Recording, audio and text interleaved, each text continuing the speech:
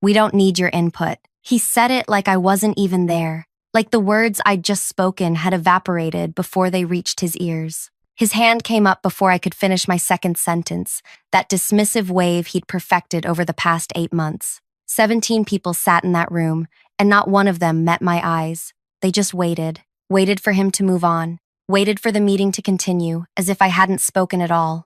My notebook sat open in front of me. I'd written 3 bullet points about the partner firm, about the warning signs I'd been tracking for 6 weeks. I closed it. The sound of the cover shutting was the loudest thing in that room. That was meeting number 9. I counted them, you see. Every time he interrupted me, every time he raised that hand, every time he spoke over me like my voice was background noise he needed to tune out. 9 meetings where I'd tried to contribute, and 9 times he'd made it clear my thoughts didn't matter. By meeting 11, I'd stopped trying. Thank you for listening to me tell this. Really, I need you to know that someone hears me now, even if he never did. Tell me in the comments where you're listening from. I want to know who's out there, who understands what it feels like to be silenced. My name is Leah. I'm 32 years old, and before all of this happened, I was the kind of person who believed hard work spoke for itself. I grew up in a small town where my dad ran a hardware store and my mom kept the books. They taught me that if you did good work, people noticed. They taught me that competence mattered more than noise. I carried that belief with me through college, through my first job, through every late night I spent building models and checking data while other people were out networking at happy hours. I don't like confrontation. Never have. I'm the person who rehearses conversations in the shower, who writes emails and deletes them 3 times before sending. I bite my thumbnail when I'm nervous. I organize my desk when I'm anxious. And I remember details, small things, the way people phrase sentences when they're hiding something, the exact date someone made a promise they didn't keep.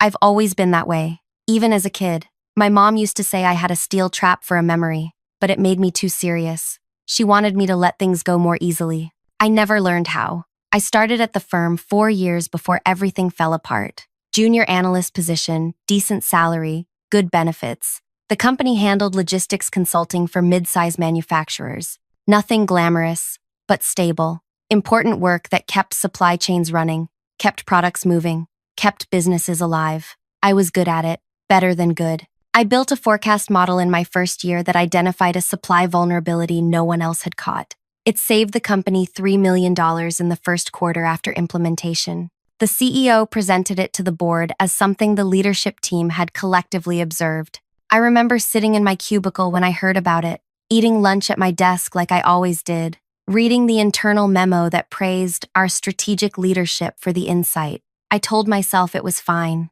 That's how companies work, right? Ideas flow up, credit spreads wide. I was building my reputation through results, not recognition. I made senior strategist 18 months later, youngest person to reach that level in the firm's history. I had my own office, a small one that overlooked the parking structure, but it was mine. I had a window. I had a door that closed. I thought I was building something real. The CEO's name was Robert, 51 years old, business degree, from a respected university, 20 years in the industry. Everyone called him Rob, said it with this familiarity that suggested they'd known him forever. He wore expensive suits, but never the most expensive. He laughed at jokes in meetings, always a beat after everyone else, like he was making sure it was safe to laugh first. In my first 2 years, he'd nod when I spoke. He'd say things like, "Good point," or "Let's explore that." He never said my name when he repeated my ideas to others, but he acknowledged me in the moment. That felt like enough. Things shifted about 8 months before meeting number 11. Small changes at first. He'd check his phone when I presented. He'd interrupt with a different topic before I finished. Then the interruptions got sharper, more dismissive. By month 4, he wasn't even pretending to listen. He'd raise that hand, palm out, and say things like, "Let's keep moving," or "We're getting off track," even when I was directly addressing the agenda item we were discussing. Other people started doing it too. Once he made it acceptable to cut me off, others followed. A senior director named Lauren started talking over me in meetings. A manager named Todd would literally start whispering to the person next to him while I spoke. It was like watching a slow erasure. I'd open my mouth, and people would look away. I started documenting every meeting, every interruption, the date, the topic, who was present, what I'd been trying to say. I didn't know what I'd do with the information. I just knew I needed to remember correctly, needed proof that I wasn't imagining it, that it was really happening. Meeting number 11 was on a Wednesday. Morning session, full strategy team, plus 2 department heads who usually didn't attend. I'd been tracking something for 7 weeks by then. One of our oldest partner firms, a company we'd worked with for 12 years, was changing. Small shifts in their communication. Their CEO had been named to some big foundation board, the kind of position that changes how people see themselves. They'd started using different language in emails, more formal, more distant. I'd noticed them pulling back from 3 collaborative projects, citing scheduling conflicts each time. I knew what it meant. They were repositioning, getting more selective. We weren't going to be a priority for them anymore, and if we didn't adjust our approach, we'd lose them entirely. That kind of loss would hurt. They represented 18% of our annual revenue. I tried to bring it up in meeting 11, got halfway through my first sentence before Robert raised his hand. "Let's stay focused on real concerns," he said. Then he laughed. Actually laughed. Like the idea of me having insight worth hearing was funny. Someone coughed. Lauren shifted her papers. Todd looked at his phone. I closed my notebook and didn't open it again for the rest of the meeting. I walked back to my office afterward and sat in my chair for 20 minutes, staring at the parking structure. Cars pulling in, cars pulling out, people going about their days like nothing had happened. Like I hadn't just been erased in front of a room full of colleagues who'd let it happen without a word. That night, I went home to my apartment and made tea I didn't drink. I sat on my couch with my laptop and started searching. I pulled up Robert's background file from the company archive, the one from his hiring process years before I'd joined. Standard information, education, experience, references. But I started looking deeper. Old interviews in trade publications, industry conference photos, board member profiles. That's when I found it. An interview Robert gave 8 years ago, right after he'd been hired. The journalist asked who'd influenced his career most. Robert named someone, called him a mentor, the man who believed in him when others hadn't, the man who saw his potential. I looked up the name. Emeritus board member at our firm. He'd stepped down from active chairmanship 5 years ago, but still held a board position, still attended quarterly meetings. I found a photo of them at an industry dinner. Robert looking at this man with something close to worship in his eyes. I had built my career on noticing things other people missed, on tracking patterns, on understanding how relationships shape decisions. And sitting there on my couch at 11 at night, I realized I'd just found the one relationship that mattered more to Robert than anything else. I didn't have a plan yet, but I had a thread, and I knew how to pull threads carefully, how to see where they led without breaking them too soon. The emeritus board member's name was Frank. I found that in the company directory, along with his assistant's contact information. He kept office hours on Tuesdays and Thursdays, even though he wasn't actively running anything anymore. Old habits, I guessed. Or maybe he just didn't know what else to do with his time. I spent a week crafting the email, deleted it 6 times, started over. I needed a reason to reach out that felt legitimate, that wouldn't raise suspicion. I settled on the company anniversary. We had one coming up in 4 months, and someone in communications had mentioned doing a historical feature. I wrote to his assistant and said I was gathering background on industry partnerships for the anniversary report. Would Frank be willing to share some historical perspective over coffee? His assistant replied within an hour. Frank would be happy to meet. How was Tuesday at 10? I showed up 7 minutes early to a cafe, 2 blocks from headquarters. I'd never been there before. Didn't want to risk running into anyone from work. Frank arrived exactly on time, and the first thing I noticed was how he moved. Steady, unhurried, like someone who'd never had to rush for anyone. He was 73. I'd looked that up. Silver hair, expensive watch that he didn't fuss with, eyes that stayed on your face when you talked. He ordered black coffee and a scone he didn't eat. "Leah," he said, like he'd been saying my name for years.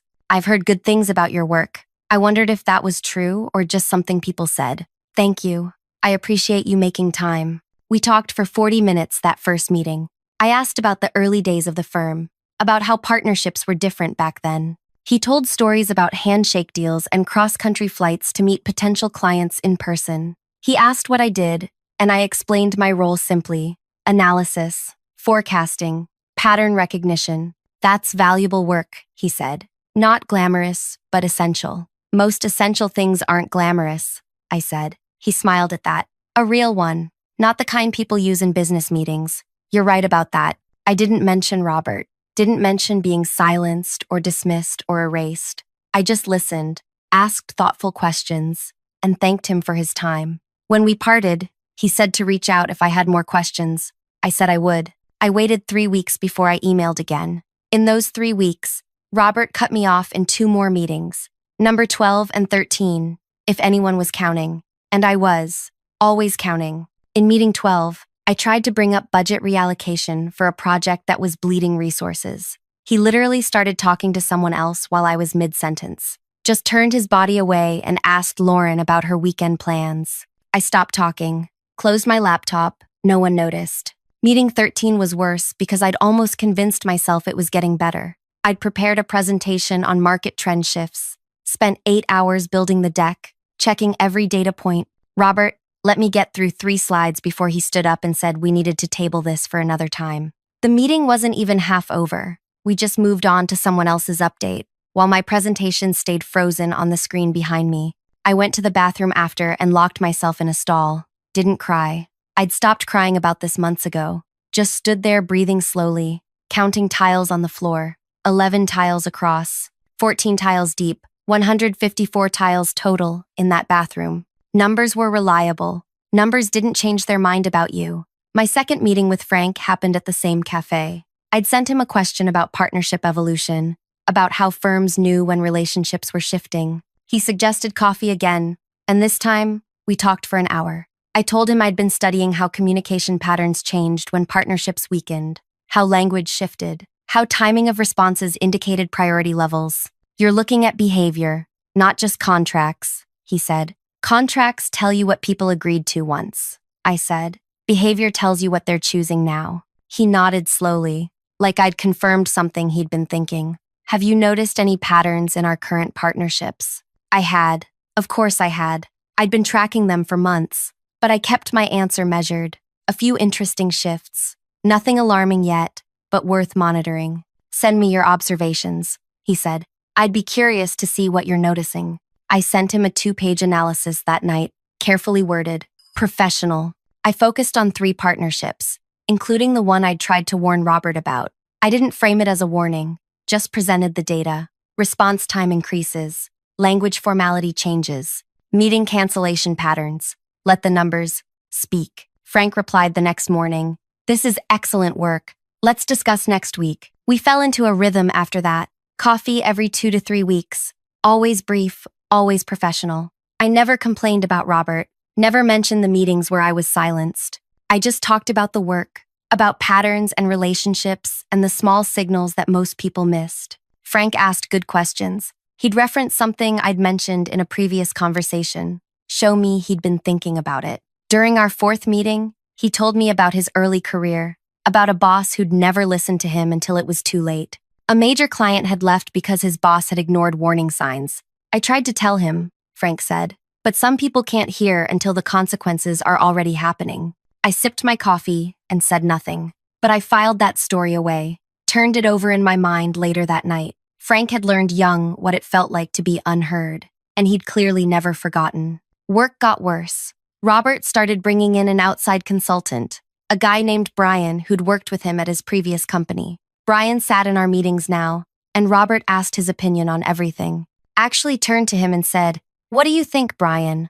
Like Brian's 3 weeks with our company made him more valuable than those of us who'd been there for years. In meeting 16, I tried to correct an error in Brian's analysis. The numbers he'd cited were wrong. Not opinion, wrong. Mathematically wrong. I said it as gently as I could. I think there might be a calculation error in that projection. Robert didn't even look at me. Brian's methodology is sound. Let's move forward with his recommendation. The wrong numbers went into the quarterly report. I had to watch it happen, knowing it was incorrect, knowing it would create problems down the line. I documented it, added it to my growing file of mistakes and dismissals and erasures. I stopped eating lunch in the break room, stopped joining colleagues for coffee. I came in early, stayed late, and kept my head down. Lauren asked me once if I was okay. I said I was fine. She didn't ask again. At home, I lived in comfortable silence. I had a 1-bedroom apartment with a balcony I never used. I ordered groceries online. I listened to podcasts while I cooked simple meals. I ran 3 miles every morning before work, the same route every day. Predictability felt safe. Control felt necessary. My younger sister called every Sunday. She lived across the country, worked in graphic design, had 2 kids and a husband who coached Little League. She'd ask how work was going, and I'd say fine. She'd tell me about her kids' latest adventures, and I'd listen and ask questions and feel grateful that someone's life was working out the way it should. I didn't tell her what was happening, didn't want her to worry, didn't want to hear advice about standing up for myself or finding a new job. This wasn't about running away. This was about something else. Something I was still figuring out. My 5th meeting with Frank happened on a rainy Tuesday. We sat near the window, watching people hurry past with umbrellas. I mentioned the partner firm again, the one I'd been tracking for months now. Their CEO had just been announced as a new board member for some prestigious foundation. They're positioning themselves differently, I said, more selective about their associations. Frank stirred his coffee slowly. We should be mindful of that relationship. I tried to mention it in strategy meetings, I said. The words came out quieter than I'd intended, but I'm not always heard. He looked at me for a long moment, not with pity, not with surprise, with something like recognition. Send me your full analysis, he said, directly. I did. 3 pages this time. Detailed timeline of communication changes, data on engagement levels, projections of where this was heading, if we didn't adjust our approach. I didn't mention Robert's dismissiveness. I didn't mention meeting 11 or his laughter or the way he'd made me feel small. Just presented the facts. Let them tell their own story. Frank called me 2 days later, not emailed, called. This is important work, he said. I'm going to share it with a few other board members. I want you to know that. Thank you, I said. No, he replied. Thank you for trusting me with this. I hung up and sat very still in my office. My hands were shaking slightly, not from fear, from something else, something that felt like a door opening in a room I'd thought was sealed shut. Meeting 18 happened the following week. Robert was in rare form, joking with Brian, barely glancing at the agenda. When we got to partner updates, he launched into his usual confident assessment. Everything was fine. All relationships were strong. We had nothing to worry about. I didn't say anything, just took notes and watched. 2 weeks passed. I heard through Lauren that Frank had started making calls, asking questions about partner relationships, requesting historical data. Robert didn't seem concerned. Why would he be? Frank was emeritus, a figurehead, someone who showed up to quarterly meetings and voted with whatever the active board recommended. Robert didn't know Frank had been having coffee with me for 3 months, didn't know I'd sent analysis directly to him, didn't know that the man whose approval he'd built his entire career on was watching him differently now. I came in early the morning of the quarterly strategy meeting. It was scheduled for 9, full leadership team plus department heads, standard agenda, budget review, project updates, partner relationship status. I'd stopped preparing presentations, stopped hoping my voice would matter. I brought my notebook and planned to sit quietly, same as always. I got coffee from the break room and walked back toward the meeting space. That's when I saw Frank in the lobby, just standing there in his coat, talking to someone from facilities. My heart kicked hard against my ribs. He wasn't supposed to be here. This wasn't a board meeting. This was internal strategy. Frank didn't attend these. He saw me and nodded. Nothing more, just a simple acknowledgement. I nodded back and kept walking. The meeting room filled up. Robert arrived last, laughing with Brian about something. He didn't notice Frank sitting in the back corner. None of them did. They were too busy settling in, opening laptops, pouring water from the pitchers on the side table. Robert called the meeting to order. We moved through budget items, discussed project timelines, everything normal, everything routine. Then we hit partner relationships. Robert stood up. He loved standing when he presented, liked the authority it gave him. Our partnerships remain strong, he started. In fact, I'd say we're in the best position we've been in years. He pulled up a slide showing our top 5 partners. The firm I'd been tracking was listed second. Robert pointed at their logo and smiled.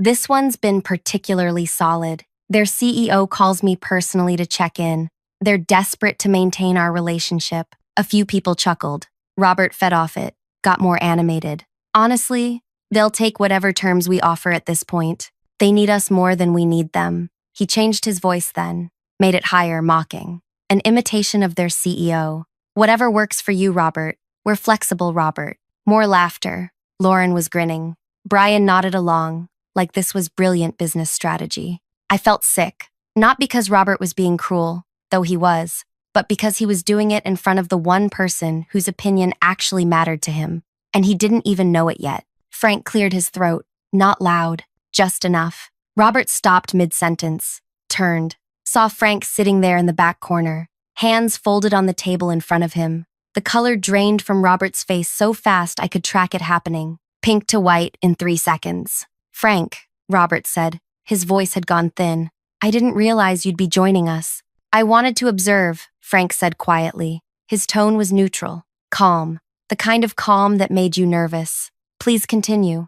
Robert tried to laugh. I was just explaining our strong partner relationships. Yes, Frank said. I heard. You mentioned that firm whose CEO is desperate for your business, the one you were mimicking. It was just a joke, Robert said quickly. We have a great relationship with them. Frank leaned back slightly in his chair. That's interesting, because their CEO is on the foundation board, the same one I joined last year. We had dinner together, 8 days ago. The room went absolutely silent. Not the kind of silence where people were waiting for more information. The kind where everyone suddenly understood something terrible was happening and didn't know where to look. Robert's mouth opened. Nothing came out. He mentioned something during our conversation, Frank continued. His voice stayed quiet, steady. Said he'd been considering reducing commitments with certain partners. Wanted to focus on relationships built on mutual respect and aligned values. Robert's hands gripped the back of the chair in front of him. Frank, I think there's been a misunderstanding.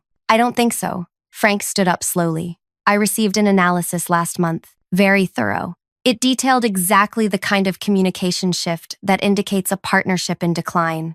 Response delays, language changes, engagement reduction. The analyst predicted we'd lose this partner within 6 months if we didn't adjust our approach. He paused. Instead of adjusting, you mocked them in a room full of people. Robert looked around frantically. His eyes landed on me. Really looked at me for the first time in months. I saw the exact moment he understood, saw recognition flood his face, followed immediately by something that looked like betrayal, like I'd done something wrong by not letting him silence me forever. I held his gaze, didn't smile, didn't need to, just looked back at him with all the calm I'd been building for months. I'd like to see the full partner relationship analysis, Frank said, the one I received.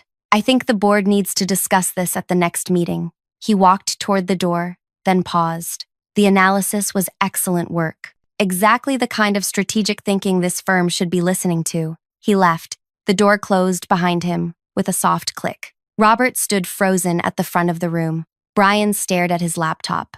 Lauren suddenly found her phone fascinating. No one spoke. No one moved. I gathered my notebook and stood up. Walked out of that room, with my head up and my hands steady. Behind me, I heard Robert say something about taking a short break. His voice shook. The board met the next day. I wasn't there, but I heard about it afterward. Frank called an emergency session, invited 3 other board members, made some phone calls that morning, including one to the partner firm's CEO, asked direct questions about their relationship with our firm, about their future plans, about their perception of our leadership. The partner's CEO was honest, said they'd been considering ending the partnership, said they'd felt increasingly disrespected, said Robert's approach had become problematic. Frank presented my analysis, showed the board exactly what they'd been missing, what Robert had dismissed as unimportant, what he'd laughed at in meeting 11 while I sat there and absorbed the humiliation. 62 hours after Frank walked out of that strategy meeting,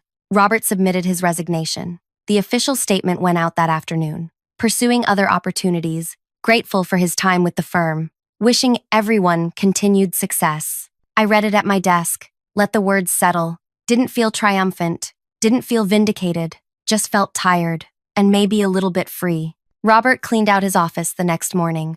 I watched from my window as he carried a box to his car. He didn't look back at the building, just loaded his box, got in, and drove away. The man who'd built his career on Frank's belief in him had shown Frank exactly who he'd become, someone who couldn't hear warnings, someone who dismissed the people trying to help him, someone who mocked relationships that mattered until those relationships destroyed him. The firm brought in an interim CEO while they searched for permanent replacement. First strategy meeting after Robert left, I mentioned a forecast adjustment we needed to make. Opened my laptop, pulled up my analysis. The room went quiet, but different this time. Not the silence of people waiting for me to stop talking, the silence of people actually listening, really hearing what I had to say. Lauren asked a follow-up question. A good one. Brian took notes. The interim CEO nodded and said, "Let's make that adjustment. Can you send the full analysis to the team?" "Yes," I said. I never got Robert's job. Didn't want it. I'm still a senior strategist. Still in my office overlooking the parking structure. Still doing the work I've always done. But now when I speak, people listen. Now when I share analysis, it gets read. Now when I walk into meetings, I don't have to brace myself for erasure. Frank and I still have coffee sometimes. Less frequently now. We don't need the pretense of business discussions anymore. Last time we met, he asked how I was doing. Really asked, like he cared about the answer. Better, I told him. I'm doing better. He smiled. Good. You should be heard. Your work matters. If you stayed with me until now, thank you. Really. Thank you for listening to what he never would. Tell me in the comments what you would have done in my place. Would you have stayed quiet? Would you have fought differently? And if you want to hear more stories like this, stories about what happens when people finally stop accepting silence, you know what to do. I'll be here, telling the truth about what it takes to be heard.